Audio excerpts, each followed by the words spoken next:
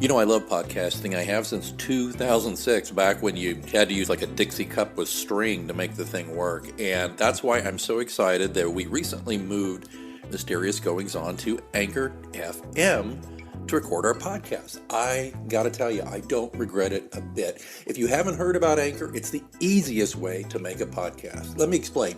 First of all, it's free.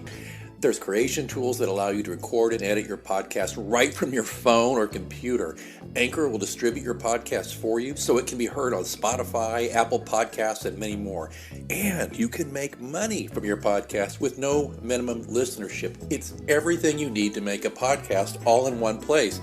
Not going to lie to you, when I first heard about Anchor, I was a little dubious because I've been doing it the hard way for so long.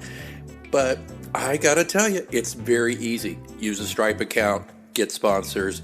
You're not paying monthly hosting fees. The sound quality is great. The distribution is phenomenal.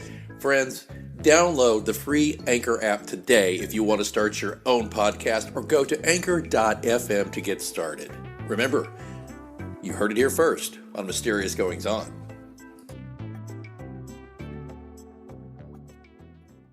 Hey, welcome back. We had a really great discussion last week with Jason McIntyre about 2019 and the things that really caught our eye about culture and movies and books and music. And as usual, we had more things to say than time to say it. So we got 2 episodes here, and this is the second episode of that discussion, and I hope you'll tune in. There's some really fun stuff coming up here on this interview, and we'll just join it now in progress.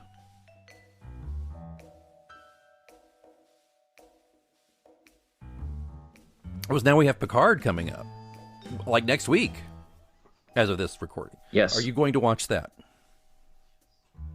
Yes. I've been excited about this one since Sir Patrick Stewart announced it at one of those comic conventions or wherever it was.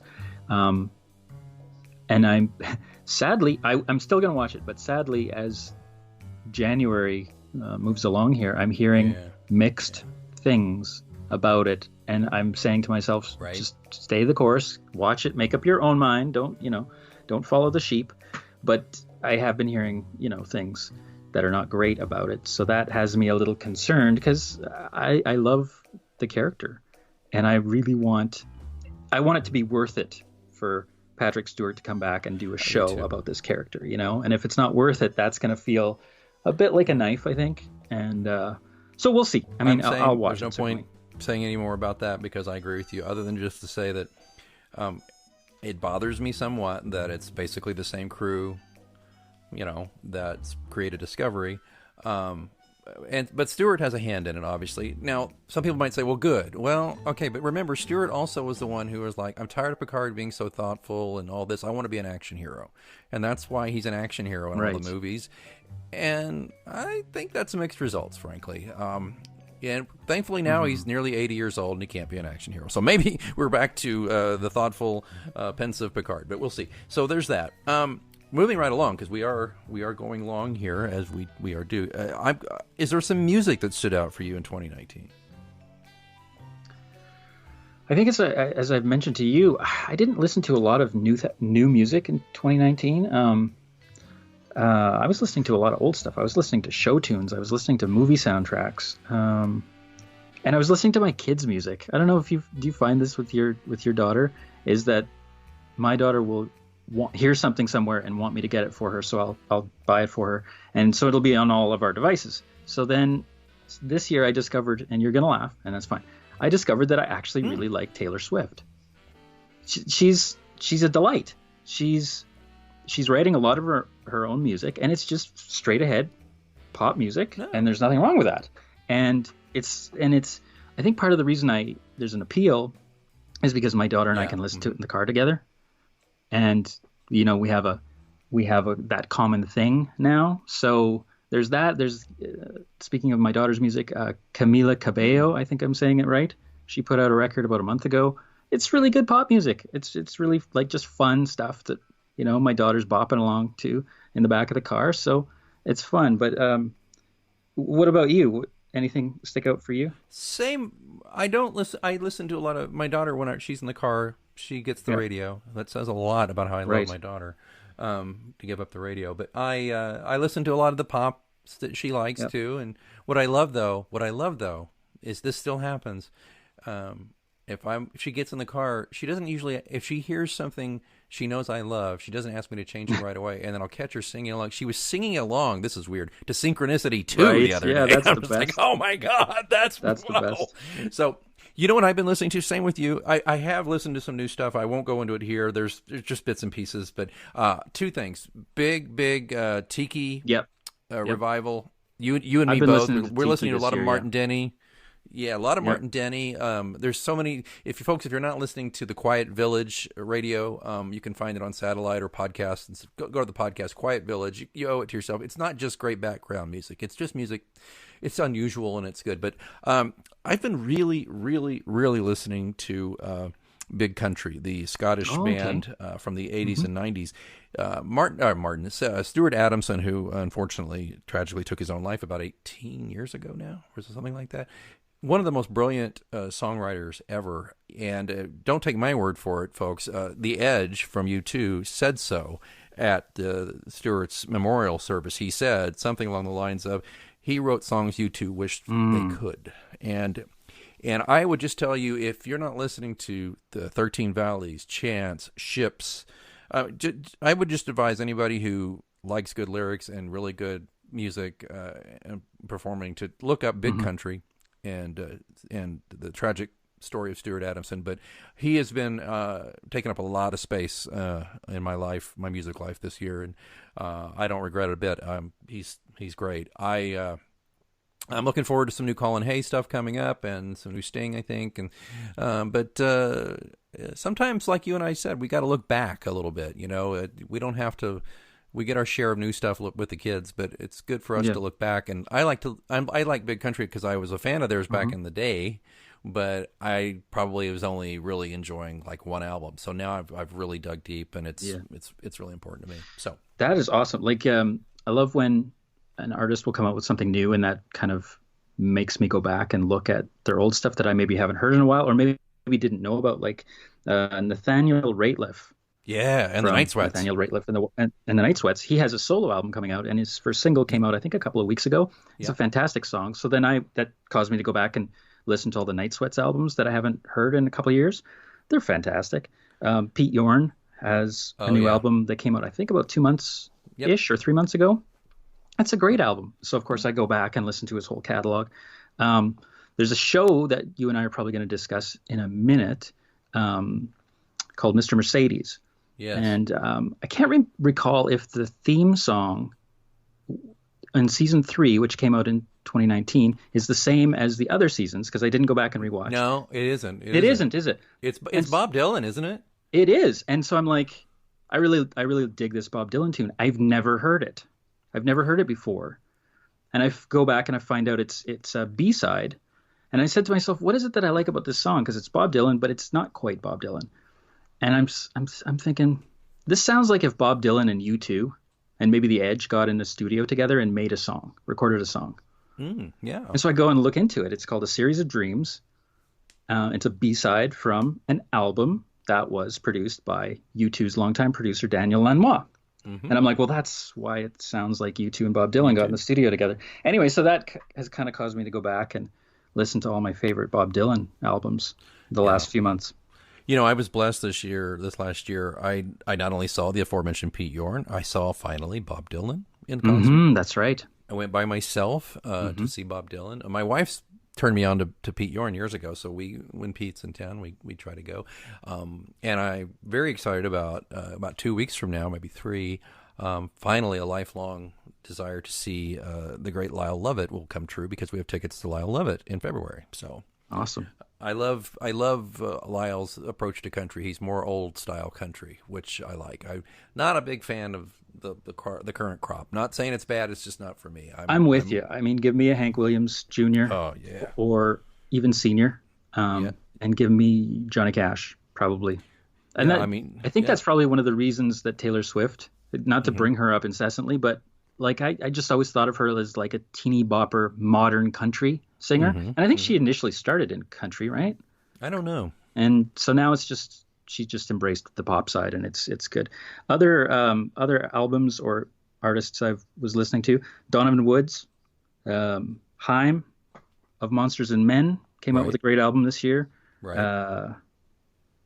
Folly and the Hunter is a great Canadian band. They're no longer, but I was. They listening broke up, right? They did. Yeah. Okay. I think that's kind of all I had in mind. Oh, Sharon Van Etten was an artist I discovered this year. She's been around forever, apparently, but she had a great album come out in 2019, which I loved. Oh, look it up, people.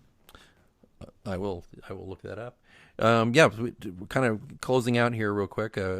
We're getting into the lightning round here. Books, I will tell you, I got a great book for Christmas. I'm a big Gary Shandling fan, who we did lose a couple of years ago.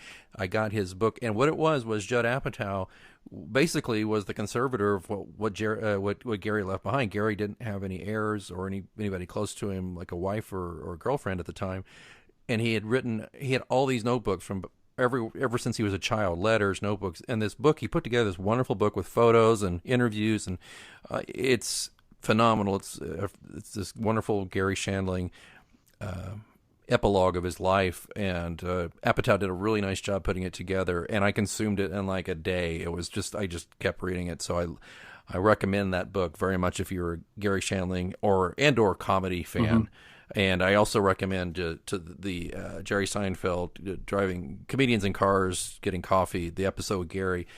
It's eerie because the very last thing Gary says is basically joking about how he's going to die. And he died not too long after that was filmed. Poor Gary.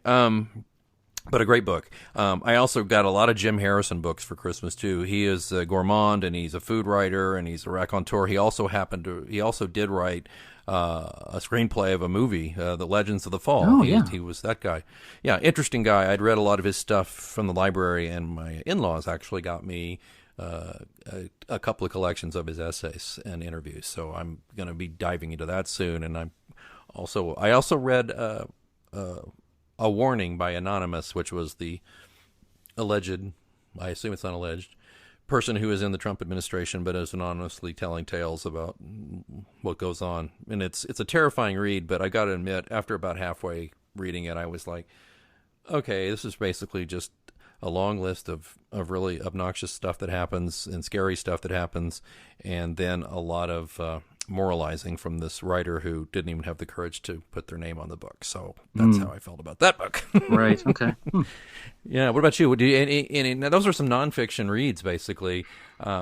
Fiction-wise, though, I kind of took a break on fiction last year, to be honest with you, because I was writing more, and I have a hard time reading fiction while I'm writing fiction. I'm the same exact way. And I also am kind of looking back at my reads for the year. There's not a lot of fiction on it. Nonfiction-wise, I like the Tim Cook biography by Leandra Connie. I Am C-3PO by Anthony Daniels. How was that? I'm still reading it, but I'm enjoying it. It's okay. It's just more like a set of snapshots of history from a certain point of view. And yes, that was a deliberate line from Star Wars. Yes, point of view. I'm just enjoying his point of view on something that we all kind of took for granted growing up watching these movies. So yeah, that was good. What else here? Fiction-wise, I read the Strange Weather collection by Joe Hill, 4 short novels. Really dug that. He's a good writer. I haven't really been able to get into his long stuff yet, which I know is sacrilege to Joe Hill, Stephen King fans, but I'll keep trying. You read The Outsider, right? I read The Outsider. I want to say, did that come out in 2019? I don't know. I thought that's when I read it. Maybe it's not when it came out. I seem to remember reading that over the summer of 2018, but I could be wrong. Gosh, time moves so fast. I mostly liked The Outsider. I found... you and I agree. I think here it comes. Yeah, go ahead. Well, 2 things. I found the pacing to be not as tension, not as much, didn't provide as much tension as I think it could have. I think it kind of, some of the air was let out as it went along. I think it could have been shorter, which is a criticism King gets a lot. And the ending kind of fell apart for me. Okay, just to hold that thought. I totally agree. So I watched It Part 2. Yeah. Did you see that? Yeah. And the character that's loosely based on King, I think, the writer. Yeah. What was the joke? You don't know how to finish. You don't know how to write an ending. Which is it's King talking about Right. himself, because everybody says that about King. You know, it falls apart at the end. He doesn't write good endings, and I totally agree. By the way, that movie a little overly long, and I don't know. It wasn't. I thought the first one was scarier. I thought it was scarier. I thought it was better done. The second the one? first. We're talking about it. Yes. Yes, about it. I yeah. thought part 2 of it was not as good. Not as good. Still worth it to watch. Bill Hader. I thought Bill Hader was yeah, great. me too. I thought the whole cast was Tulsa. great in both. The kids were true. like phenomenal young actors, and Oh. they assembled the right people to do the grown-up versions, I think. The young lady, she was in a great Nancy Drew Yeah, movie. yeah, she was. And that I just, it's a shame they aren't going to make more. And apparently that movie was kind of just abandoned and not marketed well. But it was a good It little was movie. Sophie Lillis. Watched it is with that my right? daughter. I Something don't Lillis? know, but she was great. She's got real Yeah, charisma. she does. She's really good. So I'm with you on that. I mentioned the HBO's The Outsider. I kept my HBO because I'm a cord cutter. I kept my little HBO subscription just a little longer because I wanted to see this, and I watched. There's 2 episodes out, and I watched them. Excuse me, and pacing is a little slow and it's moody, but I think they're building to something. And I love Ben Mendelsohn. I've loved him since Bloodline, and he was great in Rogue One as the Yes. villain. Oh, and he was also very good in the last Batman movie too. So I like him. He's good. It's good to see him in this role. I don't like one thing. Excuse me a minute. Excuse me. I don't like one thing about it. They moved it out of Oklahoma. It's in Georgia. Yeah, I read that, which I don't like know that. why they did that. I don't either. But, it's kind of a relief because if they'd done it in Oklahoma, everybody be talking like this or something. Folks, I'm from Oklahoma. Do I talk like that? No. But in every movie. Although, you know what? My last thing I was going to mention to you, pop culture-wise, was Watchmen. Oh, yeah. It's on my list. That took place in Tulsa, or takes place in Tulsa, and frankly, there's not a whole lot of super hick talky going on, and I like that. So you haven't seen that yet, I right? haven't. It's getting such good buzz, but I haven't dipped in yet. I hope they won't make any more. They're going to, I'm sure. But I think it was, I'm not going to say near perfect, but I think it was damn good, and I don't see it getting, I don't know. I just fear that it won't get any better. I think it really was a stunning piece of work, though. I really, really respect it. So, I love that. And all the people who are complaining about, there's the fandom menace folks who are complaining about, oh, it's woman-centered or African-American-centered or all these. I'm just like, it's just, okay, it's like these people shoot themselves in the foot every time. Just when I start to listen to some of these dudes about like, yeah, I mean, it's but I've realized I don't really agree with the fandom menace guys. And I want everybody, all my listeners to be clear. I want to be clear about this, okay? What I don't like is bad writing. Yeah. And so on Star Trek Discovery, when they're clearly shoehorning things in to kind of suit an agenda, it's kind of clear, in my opinion, in places. Maybe I'm wrong, but I see it, and to me, it just looks like bad writing. That I don't like. Now, there's no bad writing in Watchmen. There's no bad writing. This is just people mad about this. I'm just like, you lost me here because I don't see what the problem is because it's centered on an African American woman as the lead. This is not. I don't see that as an agenda. Now, if you watch, and you haven't seen it, so I'm just saying, there's a lot about Watchmen that certainly takes that perspective, and there's nothing wrong with that because it's done well. It just drives me crazy, these fandom menace guys, because I for a while there I was paying attention to a lot of these dudes on video on YouTube, and I was like, well, they got a point about this being not very good because they drew me in because I don't like what they've done to Star Trek. I just don't. And then I kind of realized I'm not sure we dislike this for the same reason. Yeah.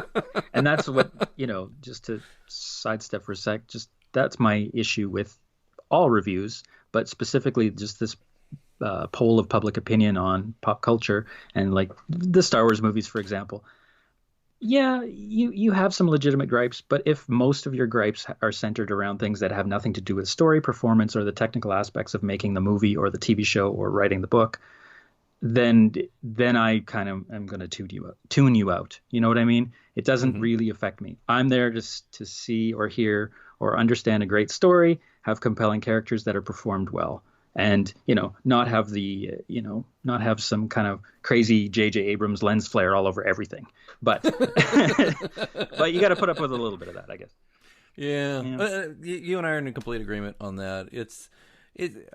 I've just kicked myself a little bit for kind of being drawn into some of those things. Yeah. It's in my opinion, it's somewhat misguided. It's overly negative, and if I'm being very candid, it's not honest. Mm-hmm. And so not all of it, but there's just some big actors in that side. I don't mean actors like acting actors. I mean, there are actors in that movement that I have to question some of their motivations, but not all of them. Not all of them. Okay, before I get attacked by those folks, I better shut up. So, hey, we're gonna have to start winding down here. But any other things we haven't covered here? Do you want to throw in here real quick about the year? I'm like 90% of the rest of North America. I love The Mandalorian this year. I haven't seen it. Oh yes, it's a throwback to the feel of the original Star Wars movie, in my opinion. A lot of it, not the outer space stuff, but the stuff on Tatooine, like the Western type feel of the first act of that movie. I love that stuff, and it's just really well done. It's very simple and straightforward. There's not a whole lot. You go to a Star Wars movie and there's 15 different whizzing things happening, and there's lots of great special effects in The Mandalorian, but it's just mostly, I think it's 8 episodes. It's just each episode is kind of like its own TV Western episode from 1965. Like, it's just really, really straightforward and compelling, and I dig it. You're really trying to get me to jump off and get that subscription, aren't you? Because you're pushing all of my buttons. I do not work for Disney, but I think that one you dig. We'll talk offline more about it, and maybe I'll send you a gift card for it or something. Thanks, pal. That's great. I'll figure something out. It's just if my wife sees one more paid service, she's gonna be like, "Why did we cut the cord?" I know. And that's we could mention that about 2019, the trends in 2019. I mean, how many subscription services are there for content, music and movies? And I mean, if you get into reading novels on your devices, your iPads or your Kindles, I mean, we're spending a lot of money on downloads of things. And if you're subscribing to the majority of the big streaming services, it's, $100 a month, $6.99 here, $8.99 here, $14.99 here, adds up. That's kind of a weird trend. Yeah, it's like they're all laughing at us, They're like, well, they think they're so smart. And look at that. But also too, like I have a Fire Stick, and then you can add all these apps for all these different. There's all these different services out there that are free. Some of them, and you just watch cartoons, commercials, and you're fine. But anyway, it's nuts. The world's. I think you're right. That you nailed it. That's a big buzz for 2019. I think. I don't know. I think it's such a tumultuous year in so many ways. The Me Too movement, the pendulum swing of certain cultural norms, and I'm not criticizing it. I think a lot of this was very good. I think it's interesting. I think that there's a reaction in society visible through our entertainment and our culture of what's going on here, and it's fascinating to watch. And if it helps some people get a voice that didn't before, I'm all for it. If it helps some people who were suffering get their shot, I'm all for it. And if it makes thoughtful people more thoughtful about their actions, behavior, and attitudes and thoughts about certain things, all the more. I know that everything about this movement has really changed the way I think about the opposite sex, or not completely, but just things that I was brought up on. Talking about James Bond, but you're brought up on James Bond, and women are fairly objectified. Everything is so complicated, but it's been a hell of a couple of years on so many levels. And then throwing in the political angle, and 2020 is going to be a rough year. It's going to be rough. Yes, it is. That could be a whole other podcast episode. Any last things before we wrap up here, buddy? What are you hoping to? Speaking of 2020, I know we're about 2 weeks in. Ish. What are you hoping to do yourself, content-wise and creative-wise? I'm excited because I'm in the middle of writing the next John Pilot mystery. I'm very happy with where it's going so far, and I'm having more fun with it. I'm gonna confess to a little bit of inspiration from Knives Out. I am working on trying to make the mystery more of a mystery, maybe a little less. There's a lot about John Pilot, of course, and his his issues and all the whole cast of characters, but I want the mystery to be a little more of a mystery, and so I can not. Yeah, I feel sometimes a bit of a fraud saying that these are mysteries because there are mysterious things happening, but I don't think it. I don't think you have to be Encyclopedia Brown to figure out who did what usually. So, what about you, my There's friend? a deep cut right there. Yeah, there you go. Yeah, no, I think that's great. I can't wait to read it.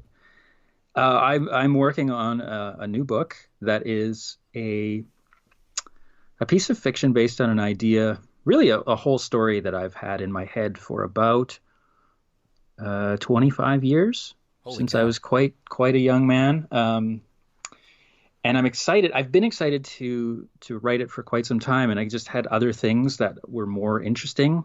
Not to say that this isn't interesting to me, but you always kind of drive the shiniest car in the garage, if that metaphor helps. Whatever's new and shiny is more likely to get my attention. So this older idea has kind of waited, but it's interesting because it's kind of a quasi sequel to two different types of stories that were unrelated until this book will be written, if that makes sense. So it's kind of going to appeal probably to anybody who has liked kind of some of my scary stuff I've written, but also some of the genre stuff that I've written. And my goal is I wrote a book about 3 or 4 years ago that hasn't actually yet been released for a myriad of reasons I won't get into. And it was a new attempt for me. I was trying to write something really, really fast paced and that was just very genre driven and didn't pause a lot to kind of look at the world around and philosophize on it a bit, which I sometimes do. And I think that book, you've read it, Alex, was a pretty good success that way. And so I'm wanting to get back into that style of just, every single paragraph, every single sentence is plot and just really moves fast and just spares no expense in getting the story going and moving. I think it's probably because I've been frustrated with a lot of the fiction I've been reading that really pauses and really explains everything that you don't necessarily need. And I don't necessarily want to write a screenplay, but I want to read and write stories that are, a lot of story. Just go. And this brings me back to what we didn't quite chat about, which was Stephen King's new one for 2019, which was The Institute. I don't know if you've read it. No. I read the first third of it, and it's good writing because he's the writer of our times, but story-wise, almost nothing happens. Really, almost nothing discernible happens, in my view, in the first 150 pages of this book, which I think is 800, 900 pages. And I'm just like, I'm not sure I can commit to this. So I put it aside, which I've never actually done with a Stephen King book. Yeah. And I take no glee in hearing things like that. I take no glee in saying them. Yeah. I don't know. I could have avoided saying it, I guess. Well, but the guy knows what he's doing. He doesn't care about my level of kindness. I don't think he cares about necessarily what anybody thinks about us, right? And I don't mean that like I don't care. I just think he's like, look, I'm me. I'm going to write what I want to do. Yeah. Good on him. But yeah, that's a common refrain though. It's just I liked it better than season 2. Now, keeping in mind that Stephen King has little to do with the series, right? Right. They used his books as a basis. I thought they used the books better in season 3 than they did in season 2. I thought season 2, even the second book, am I getting this right, or is it the third book that they used primarily for the basis of season 2? They went, they flip-flopped. They flip-flopped. Yeah, there was stuff in the third book that went kind of paranormal, not even kind of, quite paranormal, when we had already established in book 1 that this was a kind of a gumshoe detective type of a story, which I was really enthralled with. The first book, fabulous. The first season of the show, fabulous. Made me want to keep going. And then as they, it felt like Stephen King kind of fell back on some of his old tropes. And I'm not sure why, if he didn't trust himself to write a straight detective gumshoe type story that was grounded in reality. So he had to go to like his horror and paranormal elements. I'm not sure why, but that bugged me. And of course, so season 2 used that. Now season 3, which came out in 2019, and I quite liked because it kind of went back to the more grounded stuff. Now it kind of fell flat for me again by the end of the season. I felt like the buildup was worth more than the payoff by the final episode. Yeah, yeah.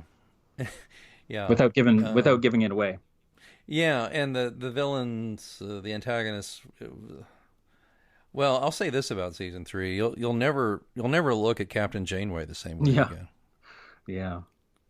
Oy. It was an interesting performance because I don't think that character, if that character's in the book, it's minor compared to how they used her in the series. Right. I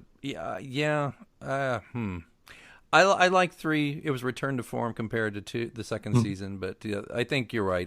We nailed it there. And again, King didn't have much to do with the series, but I think Harry Treadaway is in the new Picard series, by the way. Yes. He's the villain. Yeah. So that'll be interesting to see.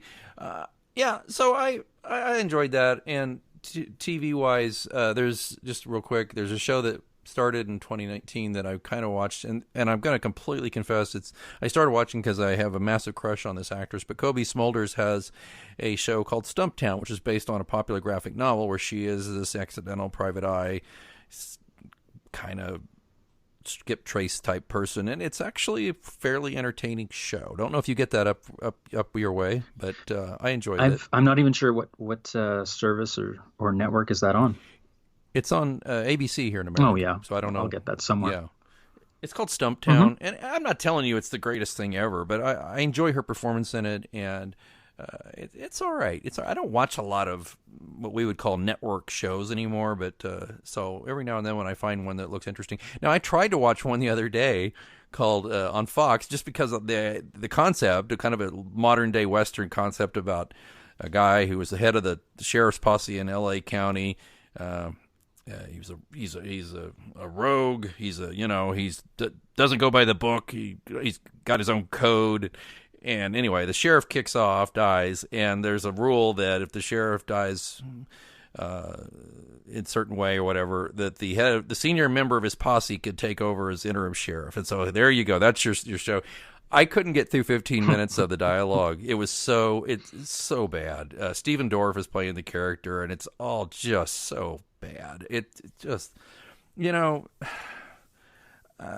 going to do a modern take on the Western, it's not enough just to throw in some tropes and, shove a ramrod up somebody's back and have them, it's just no. Sorry, I'm not making a lot of sense, but it was terrible. It made me miss Justified, but even Longmire, which, by the way, a series of great books that had a pretty promising start as a TV show that kind of went off the rails the last season or two. It got really soap opera-y. So just funny. Although, probably like you, I would just kill if somebody would take one of my books and ruin it on TV. Where do I sign? Where do I sign? Yeah, I once said that. I said, "You want all of the John Pilot? You want John Pilot in perpetuity?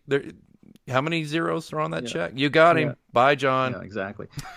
But this comes back to what I was saying earlier with the reboots and the rehashes and the retreads. There's so much good content that movie makers and the television industry could be tapping. There are so many great indie authors and established, traditional authors putting out really great, interesting, non-cliched stories that are, looking at new types of characters and new types of stories. There's so many things that Hollywood could be buying up for a reasonable rate and adapting them for the screen. Not just John Pilot, but other. Oh, sure. Yeah. Oh God, no! I was thinking of you. There was the piece you mentioned that you're kind of going back that direction now. And folks, all I can say is I've been privileged to read this book that Jason wrote. I don't know what you're going to do with it, by the way, buddy, but and it's not for me to tell that story, but I hope someday the rest of the world gets to see it, because it's one of the best things I've ever read, and it's a crime that it's not only not out yet, but it's not published yet, but also because I think it would be a hell of a movie or a series. I mean, it's so good. Oh, well, thanks. I'm attempting to catch lightning in a bottle twice with the next one, to kind of pace and present a completely different type of story, but in the same kind of a package, with that kind of movement of a television script or of a movie script, I think. Oh, I love it. I can't wait. Cool. Well, kind words. Thank you. If you need a beta reader, you know who to call. Oh, you know. Well, yeah. And there, I got a nice review for Pilot Shadow, and what you said there about how it's there are things that are not cliched stuff. But anyway, part of the review that really just warmed my heart, there's everybody who reads the books knows John Pilot goes to a therapist, and he needs therapy. He's got issues and all this stuff. And she's like, this was not your typical cop or lawman or detective who's too macho to go to therapy kind of thing. This guy goes to therapy, and then it's written in such a way where therapy is viewed as being helpful, and and all that. And I was like, yes, thank you, yes. I'm not gonna write some macho idiot who is not gonna, I'm gonna just tell it like I see it. So anyway, I think that's true. And there's so many other stuff, so many other books out there, and so many other great authors. In fact, I've been talking to a fellow country woman of yours, she's Was it Colby Smulders? I wish it was Colby Smulders. No, it wasn't. But she's working on some new stuff, and she's trying to get me a speaking berth at a writers' conference out that direction, which I want to talk to you about offline. And she's talking about the same thing. She goes, there's just so many things. She's trying both tracks, traditional and indie, and she's thinking of trying one more time to go traditional. And I just said, well, your mileage may vary, but it's not getting any easier for traditional, and even if you get in traditional, the deals aren't always great and all that kind of thing. But I understand the desire to get in there, because you probably have a better shot of getting picked up for TV or theater or movies or something if you are traditional rather than indie. Mm-hmm. I don't know. I would think that's probably true. I can probably count on one hand with 5 fingers the number of indies that I've heard of that have had actually anything make it to screen. Or just, I know of a couple indies who at least have sold some things, but they were optioned, sure, which, hey, you get paid, but it didn't get made. But that's actually not unusual, apparently, in Hollywood. Tons of stuff. My own cousin had some stuff optioned years ago by DreamWorks. It never got made, but he got a nice check. So, hey. Oh, wow. Okay, so, unless I'm missing anything else, we've had a great discussion here, my gosh. But we always do. We always do. Clock on the wall here, but it's been a great couple episodes. 2019, mixed bag, but a lot of good stuff. 2020, probably same, and I'm looking forward to it. Jason, I want to have you back, and I want to get Eden Bailey back too. Maybe we can all three do our little thing coming up this year. But lots of episodes ahead. And how do people go check out your work and buy your wonderful Dovetail Cove series? Well, if somebody's interested in checking out my work, probably the easiest way is to go to any of the online bookstores, whether that be the Apple bookstore or Amazon, or really any of them, and just type in my name, which is Jason McIntyre. If you want to learn specifically more about me, you can go to thefarthestreaches.com. And find me on social media, on Twitter and Facebook. Just type in my name, and up I will come for you. And that's McIntyre, right? Correct. Okay, yeah. But I'll put a link in the show notes, because that's kind of how I am. Great. And of course, folks, also you can find me at pilotscross.com or mgopod.com, or on the Twitter or on the Facebook. I'm everywhere. It's a wonder I get any writing done, because I'm always on that stupid stuff. But I am out there, and you can find me. And of course, there'll be links in the show notes for that kind of thing. And if you haven't picked up Pilot's Shadow just yet, you ought to do it. I'm hot and heavy on getting the next full-scale novel out this year, so you'll want to be primed and ready and understand what's going on with John Pilot before we get to that new Pilot's Blank. There's always a Pilot something, so it's Pilot's Blank. Jason, I was sitting down to write the new one, and I always put like a you put a placeholder title. I don't know if you do, but I do. I do just for sure. Yeah, so I almost put pilots blank, just like a blank, line. Yep. But I didn't. I came up with a title, but which is not the title I did come up with is not going to make it. It's not going to work, but it'll do for now. My brother, so good to speak with you, and I look forward to speaking to you many more times this year on the show. And just thanks so much. Well, as always, thanks for having me. It's always a blast. Well, again, you know how to find Jason. Look in the show notes, and you can find me as well. And until next time, keep reading. Hey, Mysterious Going On fans! Are you a fan of live music? If so, you'll want to check out my podcast, Trading Fours. I'm your host, Jamie Green. Trading Fours is a fun, casual conversation with Kansas City musicians. Join me as we find out what makes Kansas City such a special place for live music. You can find my podcast, Trading Fours, wherever you subscribe to your favorites.